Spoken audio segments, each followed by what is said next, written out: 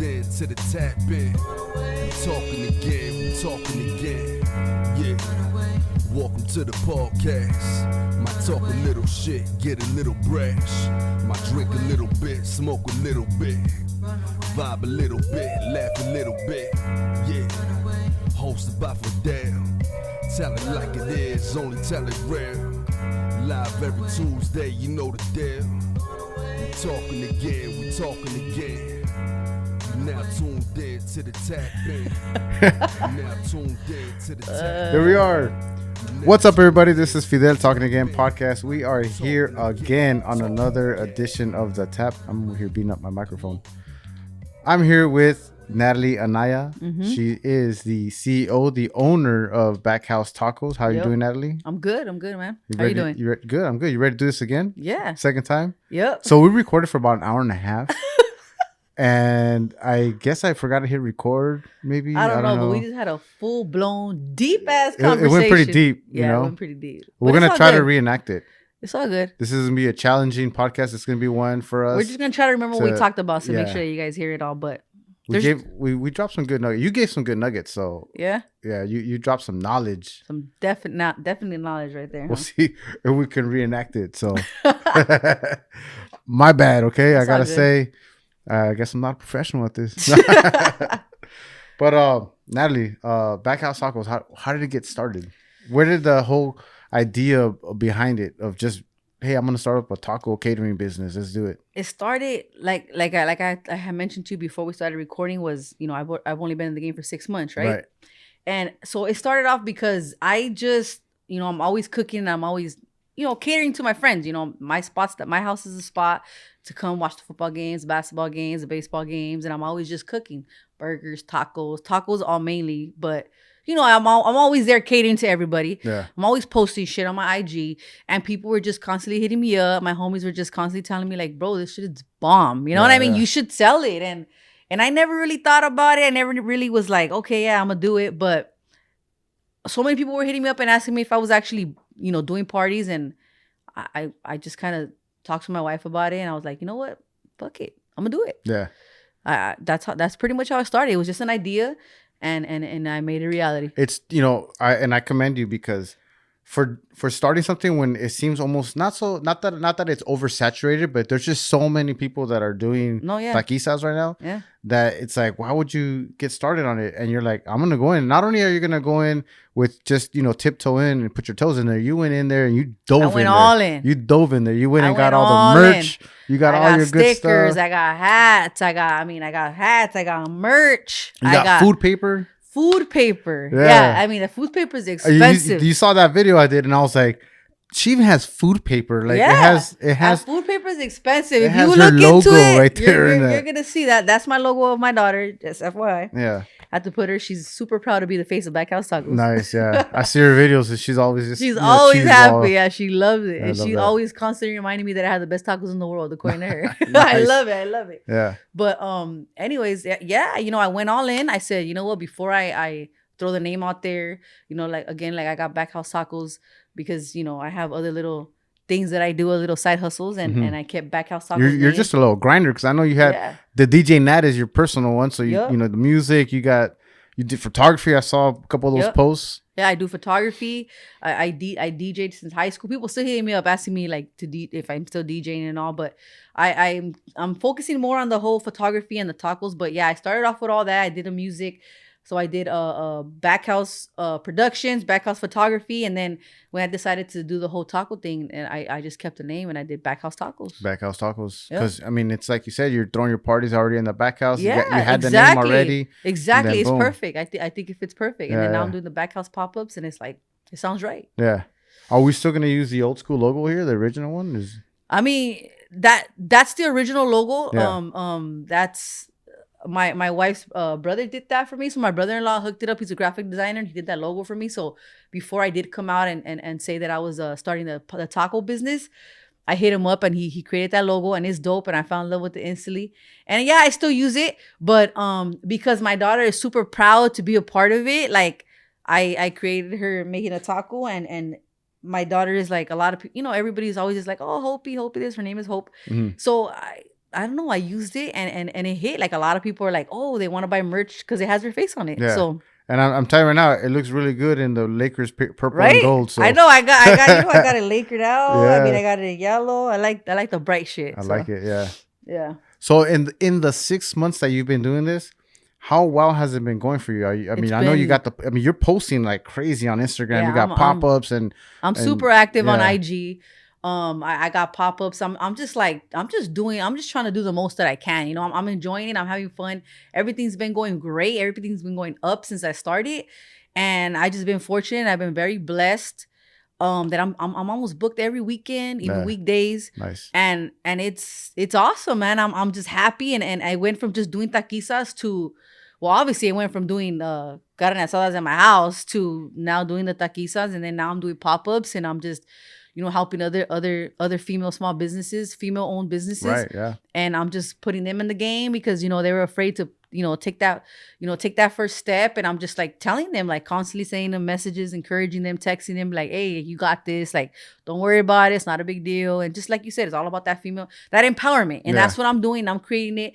And then, you know, it just happened to be all females, the first one. And it kind of just like, I didn't realize it. Like, dude, this is all women thing. And I kind of just kept it that way. Yeah. And I still do pop-ups here and there with like, you know, like a different person. Like it could be anybody. Yeah. But when I do my BackHouse pop-ups, like it's strictly female small businesses. Yeah. Just the way to support each other and help each other out. Definitely that women empowerment. And, and I'm there to support them and guide them. And I'm not a professional. I don't have no, you know, but it's just based off of what I know, what I feel, what I expect. When I go somewhere, like, you know, I'm just trying to provide that. Yeah. You know, so.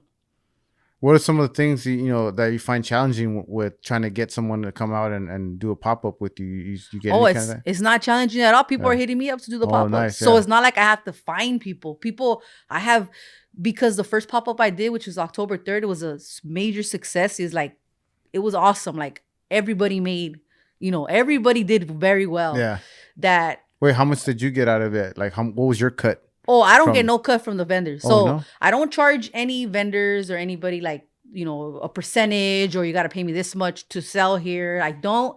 All the money they make is to their pockets. 100% goes to them. 100% goes to them. You know, like that's all them. You know, I provide the space. I provide the you know, I promote, and I promote them as well. I'm not just promoting myself. I'm promoting them constantly. Yeah. Create a bunch of different giveaways throughout the month to keep BackHouse pop-up going. You know, the name just never ends, you know, and I just continuously do that. And so, and I don't charge anybody a dime, you know, and it's just like, hey, come through, do your thing. We're giving everybody what they want.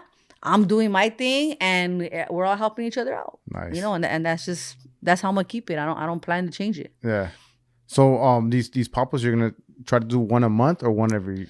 Well, the plan was to do one a month, but obviously it's probably gonna start raining and the weather's gonna get bad. Yeah. So what about the lockdown? You're not getting any kind of like any shade on that because of lockdown?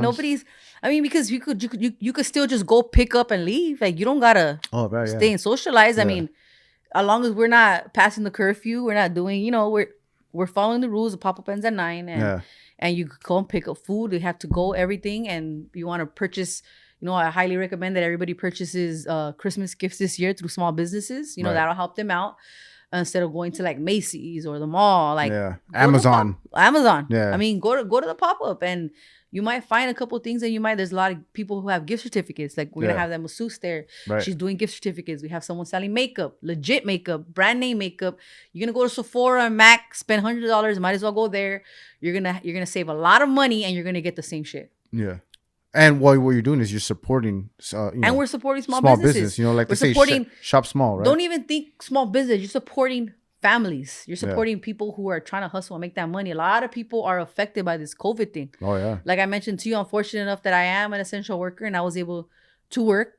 You know, and I want to give a shout out to IBW Local 11 because I am an electrician and I just want to shout them out. IBW Local 11. I'm super proud to be a part of it.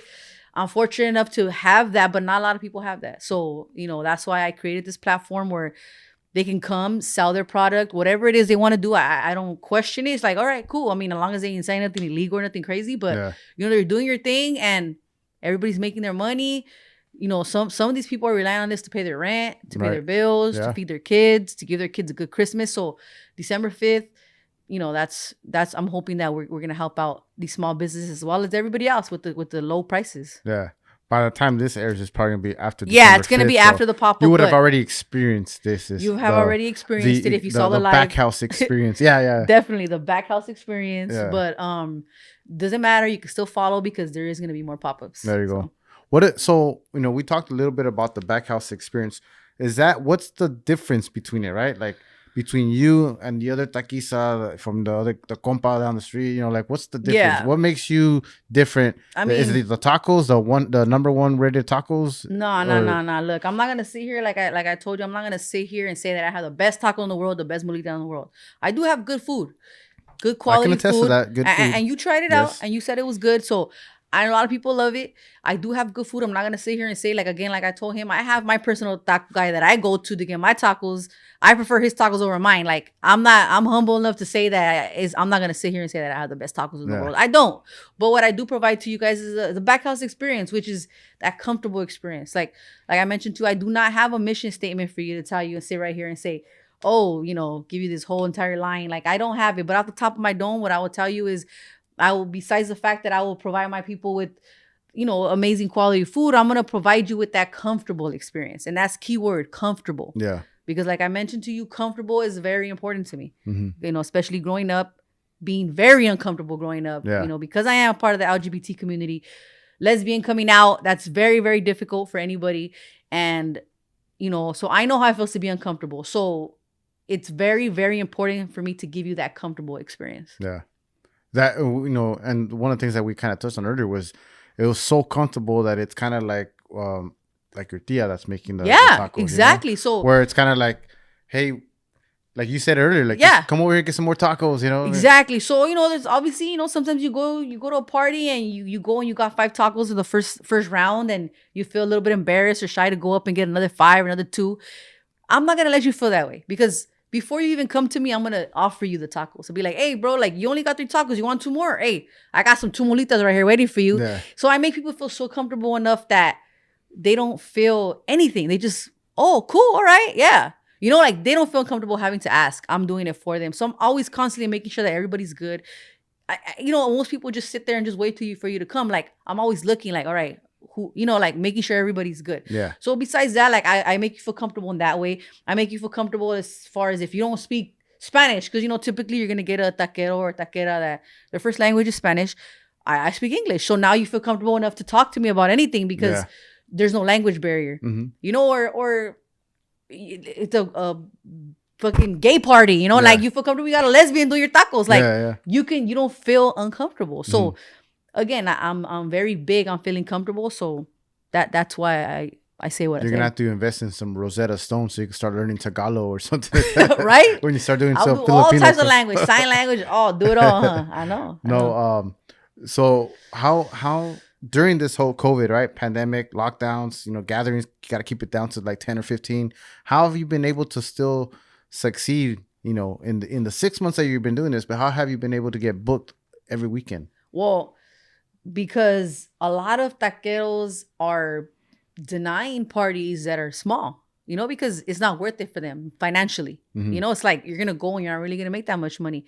Me, I use it to my advantage and I said, fuck it. I don't do it for the money anyways. Like I said, the money is just a plus for me. I actually enjoy every fucking taco I give you and put on that plate. I enjoy making it. It's not for the money because I make, I'm good financially. It's just that's just extra. It's just a bonus for me. But I was able to cater to those 10, 15 people. And I still do it to this day. 10, 15 people parties, barbecue, something that you might have just been like, hey, I'm going to watch the game. And because I'm able to give you that affordable and bring a taquero to your house. Nice, yeah. Why not? Mm-hmm. You're going to go spend a lot more money just going buying carne asada and then you still got to cook it. And you got to cook it. You still got to do this and you still got to do that. When you could just spend the same amount and you have me come here and I cook it for you. Yeah, so I was able to give them that. And with that, you booked me for the first one for 15, 20 people. And now you're booking me for 100 people. Now you're booking me for a quinceañera. Now you're booking me for a wedding. Like, because I came through for you from the beginning. Mm-hmm. Now people are loyal to me. So, and then they're spreading the word. And it's cool. It's worked out for me. So I haven't really been affected by COVID. If anything, it benefited me somehow in that way. Now, so when you're offering up your business, your service, I'm sorry, Do you keep the same model as like an In-N-Out where it's less is better, right?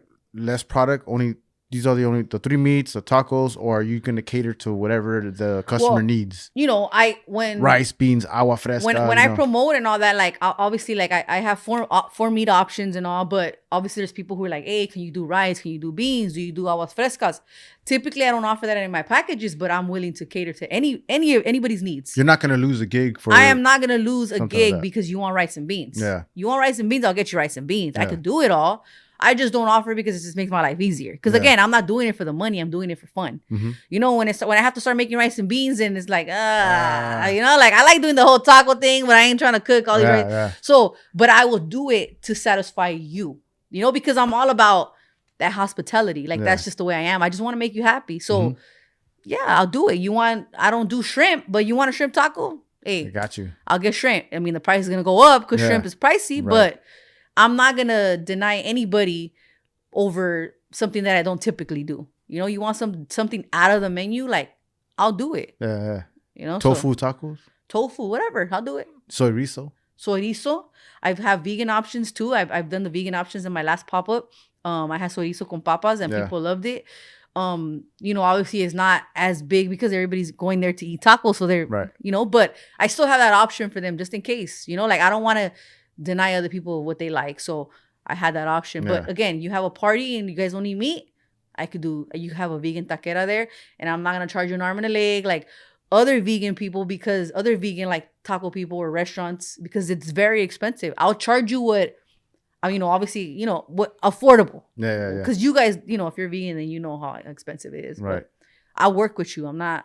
Now, for the record, I'm more of an a la carte kind of guy, so you can put the rice and beans and leave them at home. I just want the tacos and the bolitas and burrito. You know, like that's me. That's the same. I'm the same way. I'm all about just a taco like that. Yeah. I don't even need a mulita and all that. That's just like extra. I like those too, but I'm good with just the tacos. Yeah. You know what I mean? Like I'm a big taco person. I eat tacos every other day. Like I love tacos. That's I can never get tired of it. That's heaven.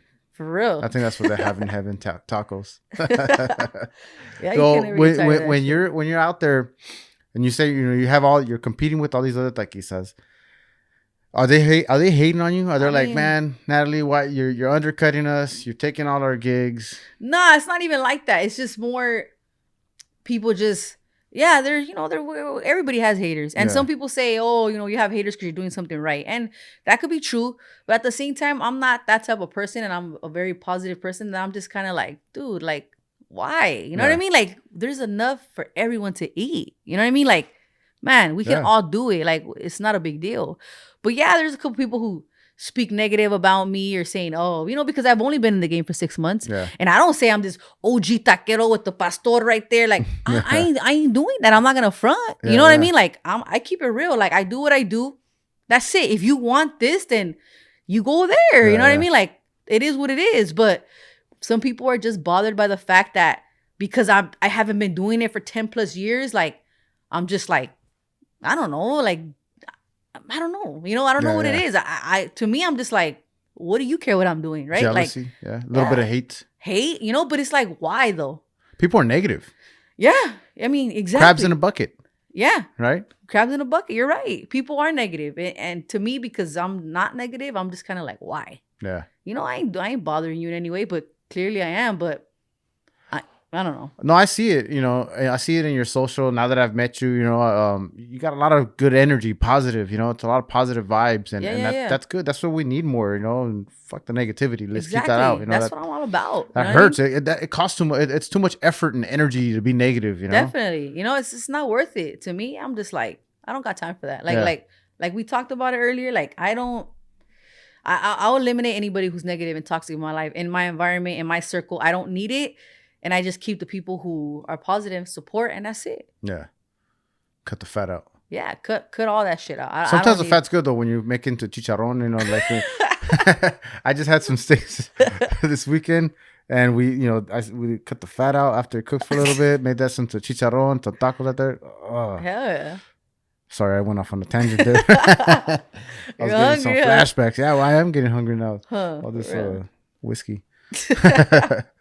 But no, going back to like, being comfortable, was that something that you've always been since a little girl? You just always been comfortable with who you are and what you are? Nah. I was not. It took a long time for me to get to where I'm at today because I grew up like very uncomfortable because like I mentioned to you, I came out at the age of 16 but before that I struggled with it because I knew what I was feeling since I was little. So I was a little kid in elementary. I knew that I felt different. I knew that I was attracted to girls and not boys. I knew that I wanted to do different things. I was just kind of like, why? I never understood it, nobody talks to you about that, especially when I was younger. That was not something that you talked about, like it was like frowned upon, and now it's a lot more accepted, but back then it wasn't.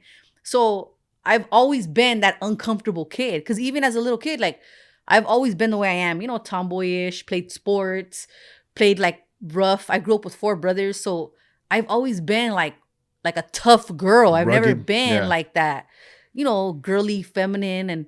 And it's just not me, and I remember like this one lady that worked at the school who forced me to play with the girls because I wanted to play like soccer with the guys or basketball with the guys.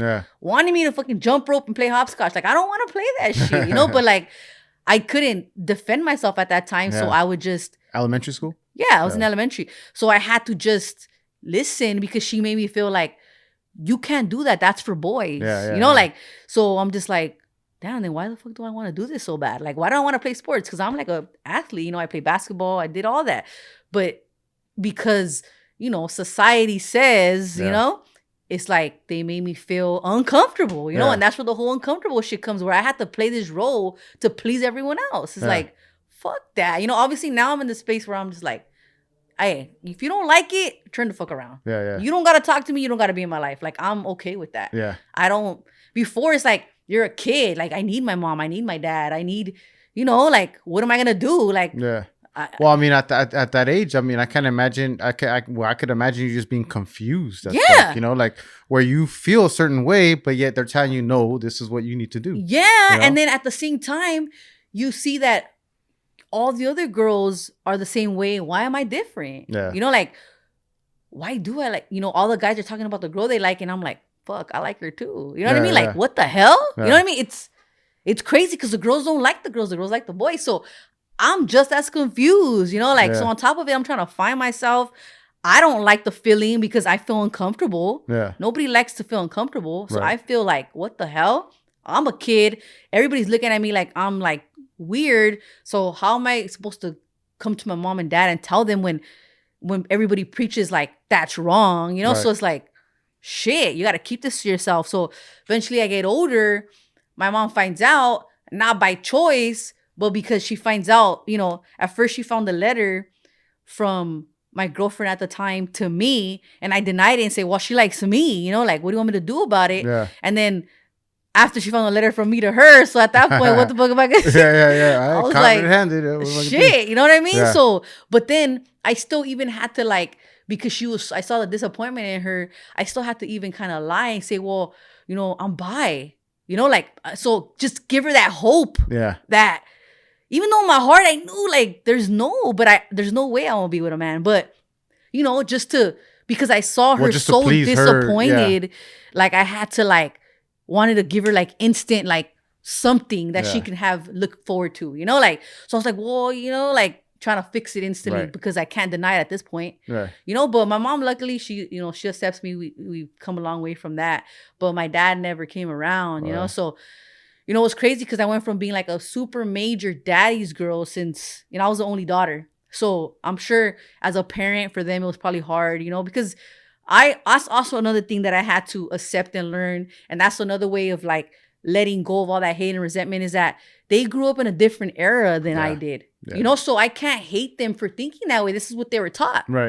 So, but a lot of people can't do that. They just hate him forever. And you made my life miserable. That's why I have forgiven my dad, even though he's never, I don't have a relationship with him because of this, but I have forgiven him because I'm like, you know what? He has his own shit that he dealt with. So, he's the way he is because of whatever he went through. So I'm not going to judge him for it because I know how it feels to be judged. I know how it feels to be uncomfortable. I know how it feels for people to tell me this is how it should be when, you don't know what I've been through. So I don't know what he's been through. I mean, I've heard, he's told the stories and stuff, but it's like, mentally, how it fucked with him, I don't know. Right. You know, so it's like I've learned to forgive him based off of all of that. You know, like, first of all, it's best for me to just let go of resentment because that's the way you move forward. But then on top of that, it was just like, you know what? I don't know what he was taught. Like, again, they were in a different era. So, you know, but it was hard growing up. You know, I couldn't understand. I'm like, dude, I'm your daughter. I went from being like daddy's girl to you're dead to me, to I don't want nothing to do with you, to I will never accept you, to I'd rather you be a prostitute than be a lesbian, like that. Those were actual words? Actual words. Oh, shit.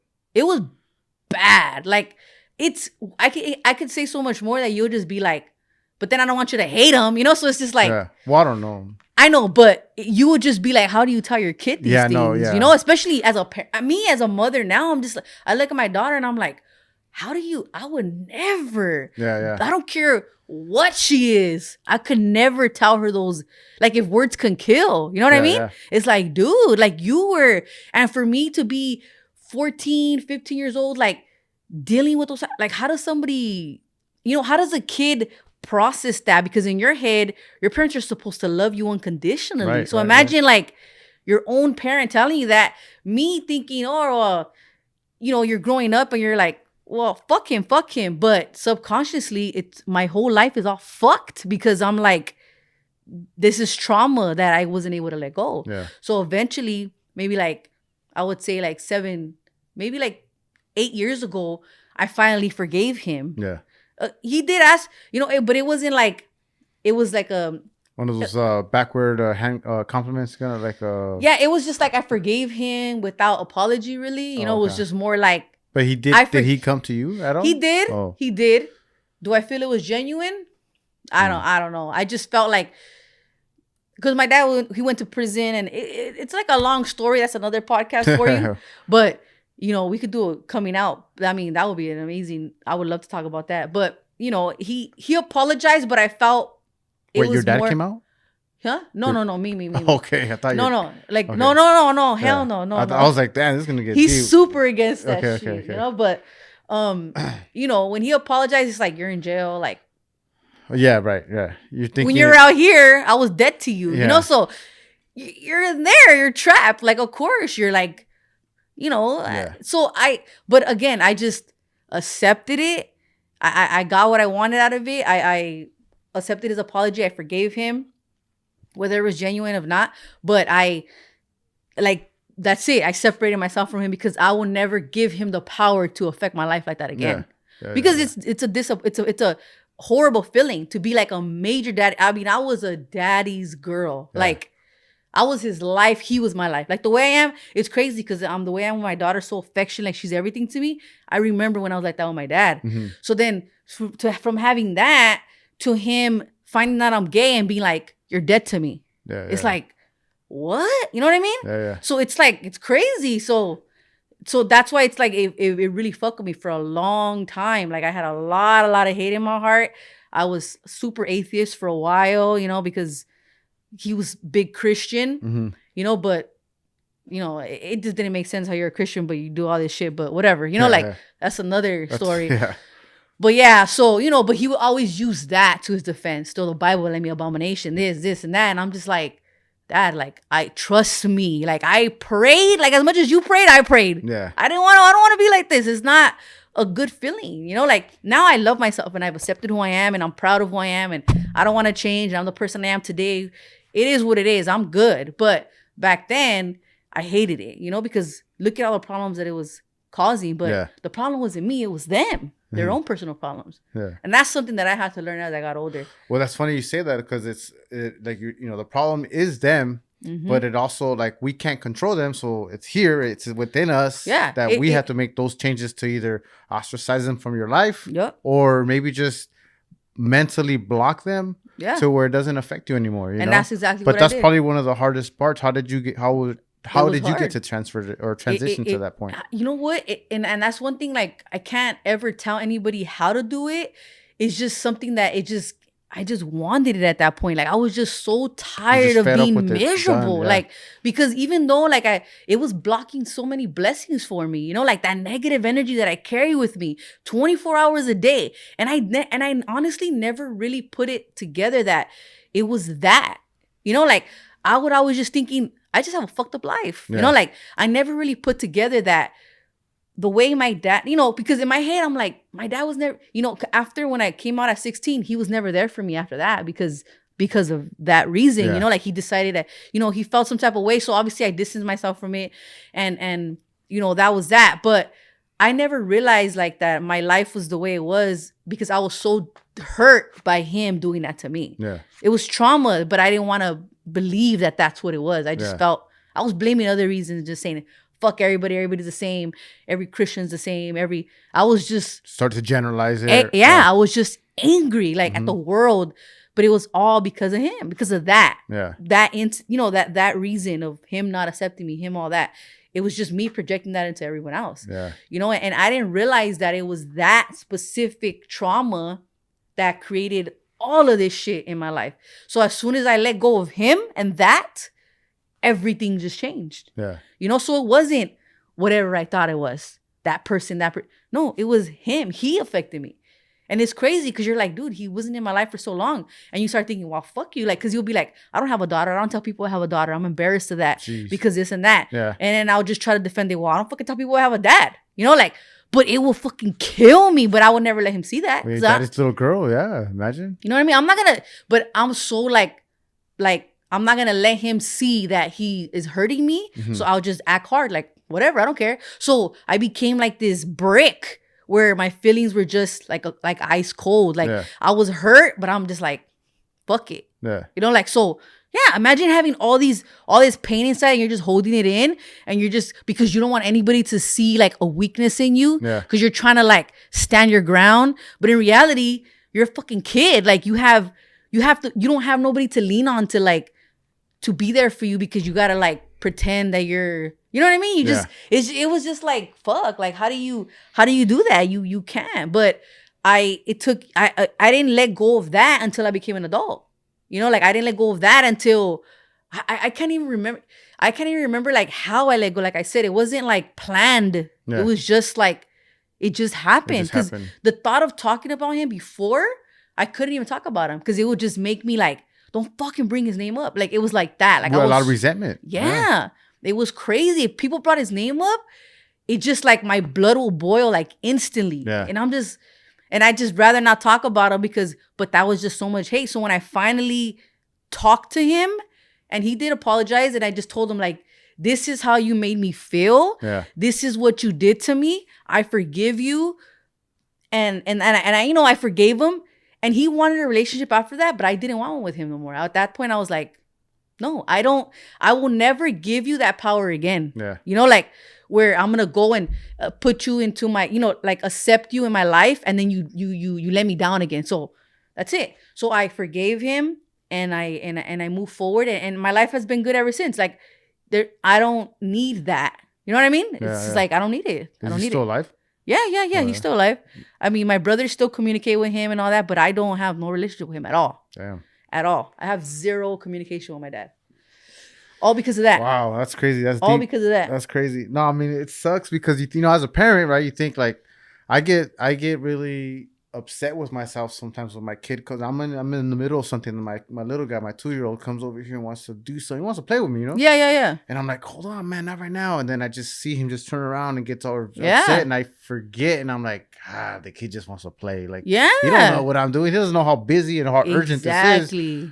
But I got to give him that time, you know? And it's just like, fuck, I feel bad. But I catch myself, you know? And I don't want him to feel like that. But I can't imagine, God, your father just... I just feel like one day he's gonna click and give you a call. Like, hey. I mean, he's asked for me and stuff, but like, and he found, you know, obviously he found that when I had a daughter and all that, like, he wants to be like a part of her life, and they tell me, but in my head, I'm like, hell no, like, I will never, like, I don't want my daughter around. Like, I wouldn't. It sucks because I wish that I could. You know, my daughter gets older, I'll explain to her, but it's like, I'm not gonna. My daughter she's so in tune with her emotions, like.